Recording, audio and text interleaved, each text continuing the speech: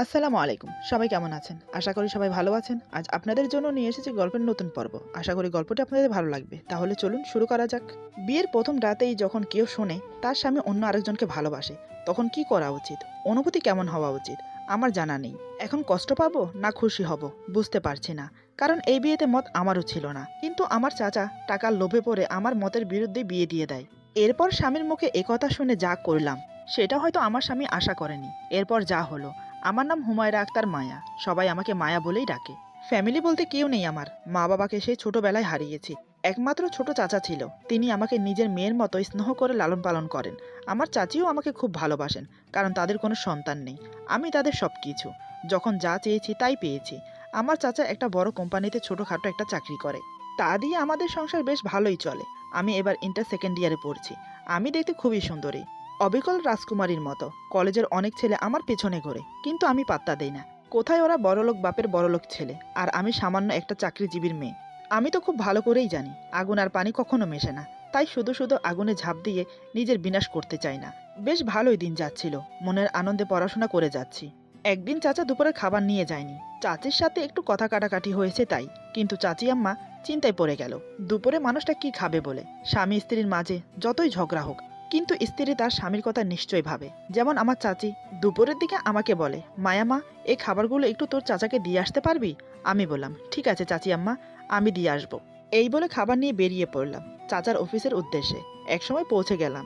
এর আগেও আমি কয়েকবার এসেছি, তাই আমাকে অনেকজনেই চেনে। অফিসে ঢুকতে বাধা দিল না কেউ। আমি সোজা অফিসে ঢুকে চাচার কাছে চলে গেলাম। তখন চাচা একটা ফাইল দেখাচ্ছিল একজন বয়স্ক লোককে। লোকটাকে এর আগে কখনো দেখিনি আমি। আমি সালাম দিয়ে চাচার পাশে গিয়ে দাঁড়ালাম। চাচা আমাকে দেখে একটু অবাক হলো।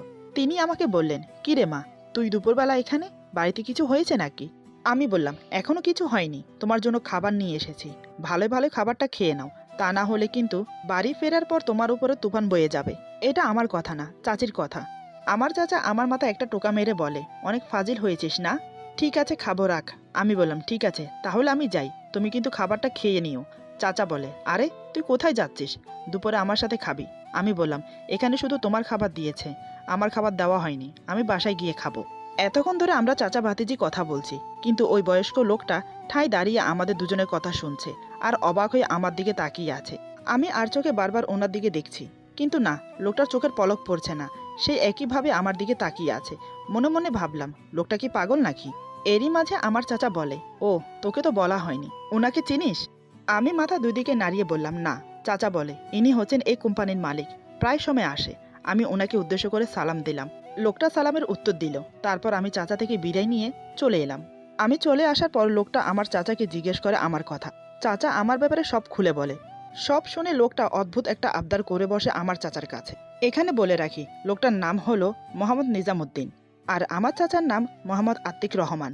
নিজাম নামের লোকটা চাচাকে বলে, আমি তোমার কাছে একটা জিনিস চাই, দয়া করে না করো না। নিজামুদ্দিনের কথা শুনে চাচা একটু অবাক হয়ে যায়। আজ তার মালিক তার কাছে কি চাইবে, যার জন্য এত অনুরোধ? চাচা বলে, কি জিনিস বলুন স্যার, আমার সাধ্যে হলে আমি নিশ্চয় দেব। নিজামুদ্দিন বলে, তোমার ভাতিজি আমার খুব পছন্দ হয়েছে। আমি বলি কি, আমার ছেলের জন্য তোমার ভাতিজিকে চাই। আমার ছেলেকে তুমি দেখোনি, কারণ সে বাংলাদেশে থাকে না, সে লন্ডনে থেকে পড়াশোনা করছে। এই তো 2 মাস বাকি আছে দেশে ফেরার। চাচা হাঁ হয়ে কথাগুলো শুনে যাচ্ছে। তিনি যেন নিজের কানকে বিশ্বাস করাতে পারছে না। নিজামুদ্দিন বলে, তোমার মতামত কি? আমার চাচা এক কথায় না করে দেয়। কিন্তু নিজামুদ্দিন ছাড়ার পাত্র না। চাচাকে বলেন, এত তাড়াহুড়ো করে সিদ্ধান্ত নিতে বলছি না, তুমি আগে ভাবো। ভাবার জন্য আমি তোমাকে সময় দিচ্ছি, তবে প্লিজ না করো না। ও কোনোদিনও কষ্ট পাবে না, ওকে আমি আমার নিজের মেয়ের মতো আগলে রাখবো। এই বলে নিজামুদ্দিন চলে গেল। আমার চাচা ধন্দে পড়ে গেলেন। একদিকে চাকরি, অন্যদিকে আমি। এই বিয়েতে রাজি না হলে যদি চাকরিটা চলে যায়, তাহলে তো পথে বসতে হবে। এরপর 1 সপ্তাহ কেটে গেল। এসব ব্যাপারে আমার চাচা আমাকে কিছুই বলেনি। আমি আমার মতো কলেজে যাচ্ছি আর বাড়িতে আসছি। 1 সপ্তাহ পর নাজিমউদ্দিন চাচার কাছে এলেন। তিনি জানতে চাইলেন চাচা কী সিদ্ধান্ত নিল। চাচা এক কথায় বললেন, তিনি এই বিয়ে দিতে পারবেন না, কারণ আমরা গরিব আর ওনারা কোটিপতি। ওনার ছেলে বাইরে থেকে পড়াশোনা করে, বড়লোক বাপের বড়লোক ছেলে, তারপর বাইরে থাকে। সে কি কোনোদিনও গরিবের মেয়েকে বউ হিসাবে মেনে নেবে? সব শুনে নাজিবউদ্দিন বলে, ও আচ্ছা, তুমি এই কথা ভাবছো? আমার ছেলেকে তুমি চেনো না। ও বাইরে থাকলেও একদম অন্যরকম। আমি যেমন মেয়ে পছন্দ করব, আমার ছেলে তেমন মেয়েই বিয়ে করবে। সে আমাকে বলে দিয়েছে, বাবা, তোমার পছন্দই আমার পছন্দ। তাহলে তো এখানে আর কোনো কথাই থাকতে পারে না।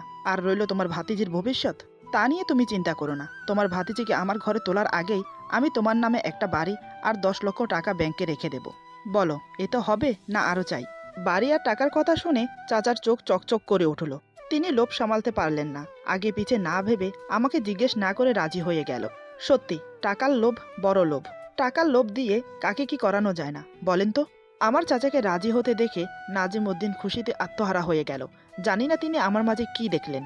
আমাকে ওনার ছেলের বউ বানানোর জন্য উতলা হয়ে উঠলেন। সেই দিন বাড়িতে এসে প্রথমত কথাটা চাচির কাছে বলল। চাচি শুনেও খুশি হয়ে গেলেন। তাদের মেয়ের বিয়ে বড়লোক ঘরে হচ্ছে, তার সাথে একটা বাড়ি 10 লক্ষ টাকাও পাচ্ছে। তাদের আর কি চাই? যে জায়গায় উল্টো বিয়ে দিতে গেলে টাকা দিতে হয় সেই জায়গায় পাচ্ছে, তাহলে আর মন্দ কিসের? রাজি হয়ে গেল তারা দুজন। আমি এসব ব্যাপারে কিছুই জানতাম না। রাতের বেলা খাওয়া দাওয়ার পর আমার চাচা আমাকে বলে, মারে তোকে একটা কথা বলবো, তোকে কিন্তু রাখতে হবে। আমি বললাম, কি এমন কথা চাচা, বলো। চাচা বলে, তোর জন্য একটা ভালো সম্বন্ধ এসেছে। তারা অনেক ভালো, অনেক বড় লোক। আমি চাই তোকে বিয়ে দিতে। তাদের পছন্দ হয়েছে তোকে। তুই অমত করিস না মা, ওরা এই বিয়েতে কিচ্ছু চায় না। উল্টো আমাদেরকে দেবে একটা বাড়ি আর ব্যাংকে 10 লক্ষ টাকা। এসব দিয়ে তোকে বিয়ে করিয়ে নিয়ে যাবে। ছেলে ভালো, লন্ডনে পড়াশোনা করে। এই তো 2-1 মাসের মধ্যে বাংলাদেশে ফিরবে। ছেলেটা আর কেউ নয়, আমাদের কোম্পানির মালিকের ছেলে। সেই দিন তোকে দেখে ওনার খুব পছন্দ হয়। তুই আর অমত করিস না মা। চাচার কথাগুলো শুনে কি করব আমি? আমার কি করা উচিত সেটা মাথায় আসছে না। মা বাবাকে হারিয়ে যাদের কাছে সন্তানের স্নেহে বড় হয়েছি, তাদের মুখের উপর না করে দেব? তারা তো কোনোদিন নিজের কথা ভাবেনি, কিন্তু আজ নিজের স্বার্থের জন্য আমাকে বিয়ে দিচ্ছে। টাকা পয়সার লোভ মানুষকে কতটা পরিবর্তন করে দেয় আমি ভাবতে পারছি না। এরাই কি আমার আপনজন? আমি বিয়ে করতে চাই না, পড়াশোনা করে নিজের পায়ে দাঁড়াতে চাই। আমি আমার মনের কথাটা বললাম চাচাকে। আমি বললাম, চাচা আমি এখন বিয়ে করতে চাই না, আমি আরও পড়াশোনা করতে চাই, নিজের পায়ে দাঁড়াতে চাই। প্লিজ চাচা, তুমি ওদেরকে না করে দাও। আমার কথা শুনে চাচা একটু রাগের সাথে বলে, পড়াশোনা করে কি হবে শুনি? সেই তো স্বামীর ঘরে যেতে হবে। এমন পাত্র আজকাল পাওয়া যায় না। তাই বলছি, আমি ওদেরকে কথা দিয়ে ফেলেছি, তুই রাজি হয়ে যা। চাচার সাথে তাল মিলিয়ে চাচিও বলে। দুজনের পীড়াপিড়িতে অনিচ্ছা থাকা সত্ত্বেও আমি বাধ্য হলাম এই বিয়েতে রাজি হতে। কিছু করার ছিল না আমার। বিয়ে ঠিক হওয়ার পর কেটে গেল আরও 1 মাস। আমার কলেজে যাওয়া বন্ধ হয়ে গেল। বন্ধ হয়ে গেল বলতে আমি যাই না। কলেজে গিয়ে আর কি করব? বিয়ের পর তো পড়াশোনা এমনি বন্ধ হয়ে যাবে। এসবই ভাবছি ঘরে বসে বসে। এমন সময় আমার চাচা হন্তদন্ত হয়ে আমার রুমে আসে। তিনি এসে জানান যে ছেলের সাথে আমার বিয়ে ঠিক হয়েছে সে নাকি আজ বাংলাদেশে ফিরছে। তাই আর দেরি করতে চায় না তারা। আগামী শুক্রবার বিয়ে হবে বলছে। আমি শুধু শুনে গেলাম, কিছু বললাম না। কি আর বলবো যেখানে আমার মতামত চলে না। আমার একটা ছবি নিয়ে ছেলেকে দেখানো হলো। জানি না সে দেখে কি বলল। আমার জন্য একটা ছবি পাঠানো হলো। দেখার ইচ্ছে ছিল না, তারপরও কৌতূহল বশত দেখলাম। বেশ দেখতে, গায়ের রং ফর্সা, উচ্চতা আনুমানিক 5 ফুট 9 ইঞ্চি হবে। চেহারাটা বড়ই আকর্ষণীয়। ছেলেটার নাম মোহাম্মদ কামরুল উদ্দিন রানা। সবাই রানা বলেই ডাকে। যেমনই হোক তাতে আমার কি। দেখতে দেখতে শুক্রবার চলে এলো। গতকাল গায়ে হলুদ হলো, আজ বিয়ে। খুব ধুমধামের সাথে বিয়ে হলো। বিয়েতে কোনো ঝামেলাই হলো না। সব কিছু শেষ করে সন্ধ্যার দিকে বিদায় নিয়ে গাড়িতে বসলাম। যতই তারা নিজের স্বার্থ দেখুক না কেন, তারপরও তারা আমার আপনজন। খুব খারাপ লাগছিল তাদেরকে ছেড়ে যেতে। আমার চাচি খুব কান্না করলো। আমিও নিজেকে ধরে রাখতে পারলাম না। নিজের রাগ অভিমান সরিয়ে কান্নায় ভেঙে পড়ি। গাড়িতে বসে বসে চোখের পানি ফেলছি। আমার স্বামী রানা দেখেও কিছু বলছে না। সে কি লজ্জায় কিছু বলছে না, নাকি ইচ্ছে করেই কিছু বলছে না? তার মুখের ভাব দেখে বোঝা যাচ্ছে না। গাড়িতে বসে 7-5 ভাবতে ভাবতে কখন যে শ্বশুরবাড়ি চলে এসেছি বুঝতে পারিনি। বাড়ির ভেতরে যখন গাড়ি প্রবেশ করলো তখন আমার ভাবনা ভঙ্গ হলো। চোখ মুছে বাহিরের দিকে তাকালাম। আমি কোথায় এসে পড়েছি? এটাকে বাড়ি বললে ঠিক চলে না, রাজপ্রাসাদ বললেও কম হয়। এত বড় বাড়িতে আমার বিয়ে হয়েছে দেখে যেন কপালে চোখ উঠল। রানা গাড়ি থেকে নেমে আমার সাইডে এসে গাড়ির দরজা খুলে দিল। মুখে হাসির লেশমাত্র নেই। অন্যদিকে ফিরে তাকিয়ে হাত বাড়িয়ে দেয়।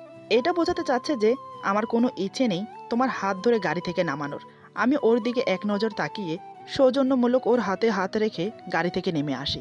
কারণ আশেপাশের লোক আমাদেরকে দেখছে, হয়তো তাই সেও হাত বাড়িয়ে দিয়েছে। মনে মনে ভাবছি, চাচার কাছে শুনেছি মা বাবার পছন্দে আমাকে বিয়ে করেছে। আমাকে বিয়ে করতে তার সম্পূর্ণ সম্মতি ছিল। তাহলে এখন এমন আচরণ করছে কেন? আমি যেন ধন্দে পড়ে গেলাম। এদিকে সবাই মিলে আমাকে বাড়ির ভেতরে নিয়ে গেল। আমার জন্য নির্ধারিত একটা রুমে বসালো। দলে দলে লোক আসছে যাচ্ছে। আমাকে দেখে সবাই একটা কথাই বলছে, তোরা যাই বলিস, রানার বউ কিন্তু সত্যিই রাজকুমারী। নিজাম ভাইয়ের পছন্দ আছে।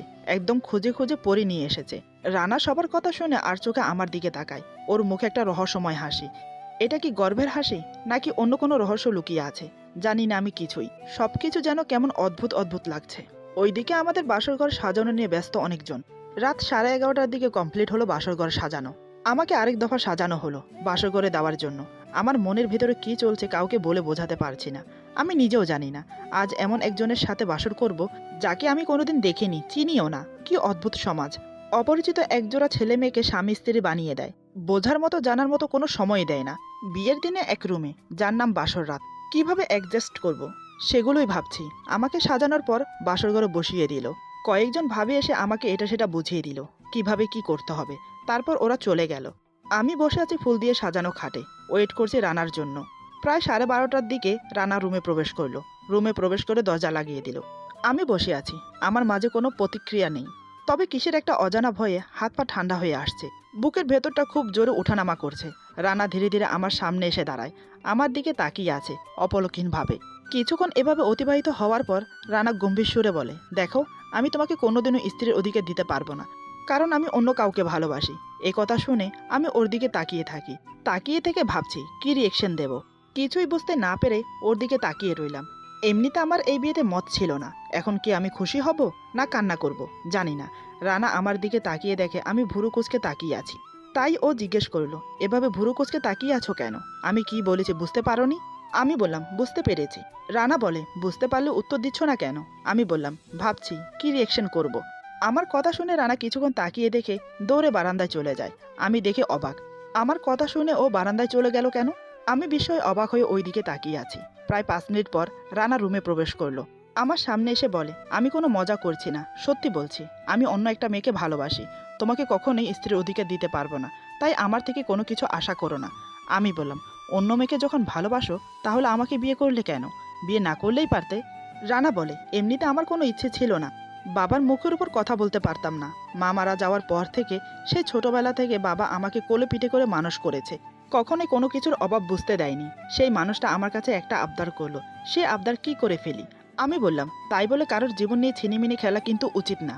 রানা বলে, শুনলাম তোমারও নাকি এই বিয়েতে মত ছিল না, তারপরও তো তুমি এই বিয়ে করতে রাজি হয়ে যাও। শুধু কি চাচা চাচির মুখ দেখে তাদের সম্মান রাখতে? আমি বললাম, হ্যাঁ, এটা সত্যি, এই বিয়েতে মত ছিল না আমার, তারপরও তো আমি নিয়তিকে মেনে নিয়েছি। রানা বলে, আমার মনে হয় তুমি কাউকে ভালোবাসো, তাই এই বিয়েটা করতে চাচ্ছিলে না। কি সত্যি বললাম তো? আমি বললাম, না, তোমার ধারণা ভুল। আমি কখনো কারোর সাথে প্রেম করিনি। আমার পড়াশোনা করার খুব ইচ্ছে, চেয়েছিলাম পড়াশোনা কমপ্লিট করে নিজের পায়ে দাঁড়াবো, তাই এই বিয়েতে রাজি ছিলাম না। রানা বলে, বুঝলাম, কিন্তু এখন আমি যে অন্য একজনকে ভালোবাসি, এখন তুমি কি করবে? আমি বললাম, কি আর করব, যা ভাগ্যে আছে তাই হবে। রানা বলে, তুমি জোর করবে না তোমার অধিকার আদায় করার জন্য? আমি বললাম, জোর করে সব আদায় করা যায়, কিন্তু মন আদায় করা যায় না। স্বামীর ভালোবাসা যদি মন থেকে না পাই, তাহলে সব মূল্যহীন। রানা বলে, তুমি খুব স্মার্ট, ভালো মন্দ সবই বোঝো। সত্যি, তোমার ছবি দেখে যতটা না তোমাকে বুঝেছি, তোমার সাথে কথা বলে তার চেয়ে 3 গুণ বুঝে গেলাম আসলে তুমি মানুষটা কেমন। আচ্ছা, আমার মুখে অন্য মেয়ের কথা শুনে তোমার রিয়েকশন কেমন হচ্ছে? আমি বললাম, জানি না, সেটাই বুঝে উঠতে পারছি না কি রিয়েকশন করব। আমি কনফিউজ হয়ে গেছি। আমার কথা শুনে রানা হাসি থামিয়ে রাখতে পারলো না। সে হো হো করে হেসে উঠল। ওর হাসি দেখে আমি অবাক হয়ে তাকিয়ে আছি। কি ব্যাপার, ও এমন হাসছে কেন? আমি কি হাসির কিছু বললাম তাহলে? তবে একটা কথা বলতে হয়, ওর হাসিটা খুব সুন্দর। আমাকে ওভাবে তাকিয়ে থাকতে দেখে রানা বলে, সরি সরি এমন করে হাসার জন্য। কি করব বলো, তুমি এমনভাবে বলছো, না হেসে পারছি না। তখন একবার তোমার কথা শুনে হাসি চেপে রাখতে পারছি না বলে বারান্দায় গিয়ে হাসলাম। কিন্তু এখন আর বারান্দায় যাওয়ার সময় পেলাম না। ভেবেছিলাম তোমাকে এসব কথা বলে মজা করব, কিন্তু তোমার কথা শুনে হাসিটা আর কন্ট্রোল করতে পারলাম না। বুঝতে পারলাম এতক্ষণ ও আমার সাথে মজা করছিল। তা বুঝতে পেরে আমি গাল ফুলিয়ে ওর দিকে তাকিয়ে রইলাম। খুব রাগ হচ্ছিল। এতক্ষণ দাঁড়িয়ে দাঁড়িয়ে কথাগুলো বলছিল। যখন দেখলো আমার মুখে রাগের আভা ফুটে উঠেছে, তখন বুঝতে পারলো একটু বেশি করে ফেলেছে। তাই সে হাসি মুখ নিয়ে আমার পাশে এসে বসে। আমার হাত ধরে বলে, রাগ করো না প্লিজ, আমি তো মজা করছিলাম। আমি 10 বছর লন্ডনে ছিলাম ঠিকই, কিন্তু কখনো কোনো মেয়ের সাথে প্রেম করিনি। যখন প্রেম ভালোবাসা বোঝার বয়স হয়েছে, তখন থেকে স্বপ্ন দেখে আসছি নিজের বউয়ের সাথে প্রেম করব, তাকে ভালোবাসবো। সেই কল্পনা মাথায় আসার পর থেকে কোনো মেয়ের সাথে প্রেম করার ইচ্ছে জাগেনি। আমি শুধু তোমাকে ভালোবাসি, বিশ্বাস করো।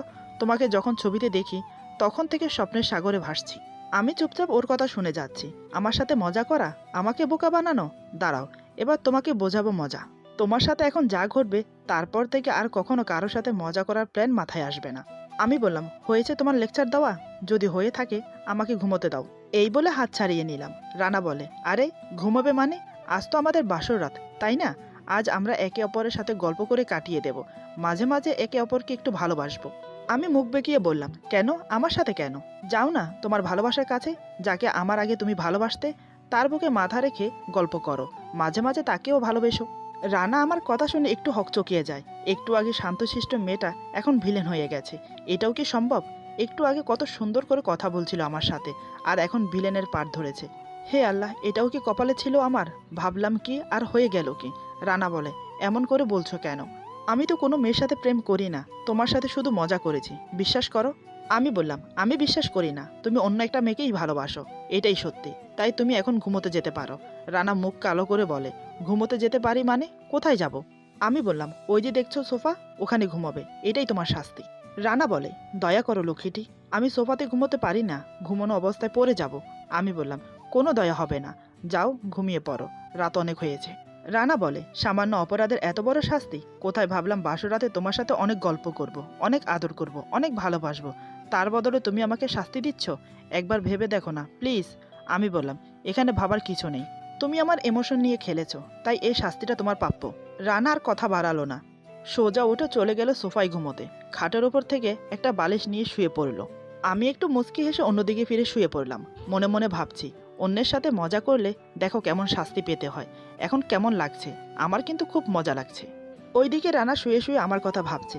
কোথায় ভেবেছি তোমাকে বুকে নিয়ে আদর করব, তোমাকে কিস করব, তা না তুমি আমাকে শাস্তি দিলে, কেন যে মজা করতে গেলাম, এখন পস্তাতে হচ্ছে।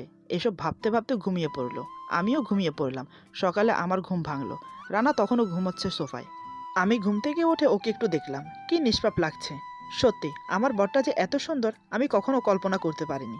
ছবির থেকেও বাস্তবে অনেক সুন্দর। এদিকে রানা আমাকে নিয়ে স্বপ্ন দেখছে, মাথায় নিচের বালিশটা বুকে জড়িয়ে নিয়েছে, আর বিড়বিড় করে বলছে, কেন রাগ করছো লক্ষ্মীটি, তোমাকে আমি কত ভালোবাসি। এই বলে আমাকে চুমু দিয়ে বলে, ভালোবাসি তোমাকে, সত্যি ভালোবাসি।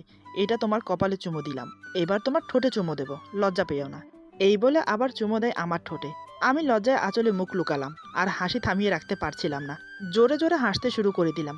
আমার হাসির শব্দে রানার ঘুম ভেঙে যায়, আর সাথে সাথে বালিশটাকে চুমু দেওয়া অবস্থায় মেঝেতে পড়ে যায়। হঠাৎ পড়ে যাওয়াতে রানা কোমরে একটু ব্যথা পায়। সে কোমর ধরে বলে, উফ, কোমরটা গেল রে গেল। আমি তখনও হেসে যাচ্ছি। আমাকে হাসতে দেখে কটমট করে আমার দিকে তাকায়, তারপর একটু রাগান্বিত হয়ে বলে, আমি পড়ে গেছি, তুমি দেখতে পাচ্ছ, কোথায় আমাকে একটু উঠাবে, তা না করে তুমি হাসছো। ওকে রাগ করতে দেখেও আমি হাসি থামাতে পারছি না। আমি হাসতে হাসতে বললাম, সরি, কিছু মনে করো না, তুমি পড়ে যাওয়াতে হাসছি না, তোমার কাণ্ড দেখে হাসছি। রানা বলে, আগে আমাকে উঠাও, আমার কোমরে খুব লেগেছে। আমি ওকে হাত বাড়িয়ে দিলাম ওঠার জন্য। রানা আমার হাত ধরে উঠে বসে সোফায়। আমি বললাম, খুব লেগেছে বুঝি? রানা বলে, তোমার জন্য লেগেছে, আমি কাল বারবার করে বলেছি আমি সোফাতে ঘুমোতে পারি না, কিন্তু তুমি আমার কথা শোনোনি, সেই তুমি আমাকে সোফাতে ঘুমোতে দিলে। আমি বললাম, ঠিক আছে, আজ থেকে না হয় তুমি খাটে ঘুমাবে, আমি সোফাতে ঘুমাবো, তবে একটা কথা বলি। রানা বলে, কি কথা? আমি বললাম, তুমি বুঝি আমাকে নিয়ে স্বপ্ন দেখছিলে? রানা বলে, তা তো দেখছিলাম, কিন্তু তোমার হাসির জন্য দেখতে পারলাম কই। মাঝ স্বপ্নে ঘুম ভেঙে গেল, আর আমি বালিশ নিয়ে পড়ে গেলাম। আমি হাসো হাসো মুখ নিয়ে বললাম, স্বপ্নে বুঝি আমাকে কিস করছিলে? রানা অবাক হয়ে আমার দিকে তাকিয়ে থাকে। সে বলে, তুমি বুঝলে কি করে? আমি তো স্বপ্নে তোমাকে কিস করছিলাম। আমি বললাম, তুমি আমাকে স্বপ্নে দেখলেও বাস্তবে তার প্রতিক্রিয়া করছিলে। আমাকে ভেবে বালিশকে জড়িয়ে ধরেছ, আমাকে ভেবেই আবার বালিশকে কিস করছো, তাই দেখেই তো আমি হাসছি। রানা অবাক হয়ে বলে, কি, আমি এমন করেছি? দেখো, মিথ্যে বলবে না, তুমি মজা করছো আমার সাথে। আমি বললাম, আমি কেন শুধু শুধু মজা করতে যাব, আমি কোনো মজা করছি না, যা সত্যি তাই বলছি। তবে বেশ লাগছিল তোমাকে বালিশের সাথে। যদি ফোন থাকতো হাতে তাহলে ভিডিও বানিয়ে রাখতাম আর তোমাকে দেখাতাম। রানা বলে, কি বললে? আমার ভিডিও বানিয়ে আমাকে দেখাতে? তার আগে তুমি দেখো আমি তোমার সাথে কি করি। এই বলে রানা যা করলো, আমি সত্যিই ভাবতে পারিনি ও এমনটা করবে। আমি স্তব্ধ হয়ে গিয়েছিলাম ওর কাণ্ড দেখে। এরপর যা হলো, আজকের গল্প এখানে সমাপ্ত। গল্পের বাকি অংশ পেয়ে যাবেন আগামী পর্বে। গল্পটি যদি ভালো লাগে তাহলে লাইক, কমেন্ট এবং সাবস্ক্রাইব করে আমাদের পাশে থাকুন। সবাই সুস্থ থাকুন, ভালো থাকুন, আল্লাহ হাফেজ।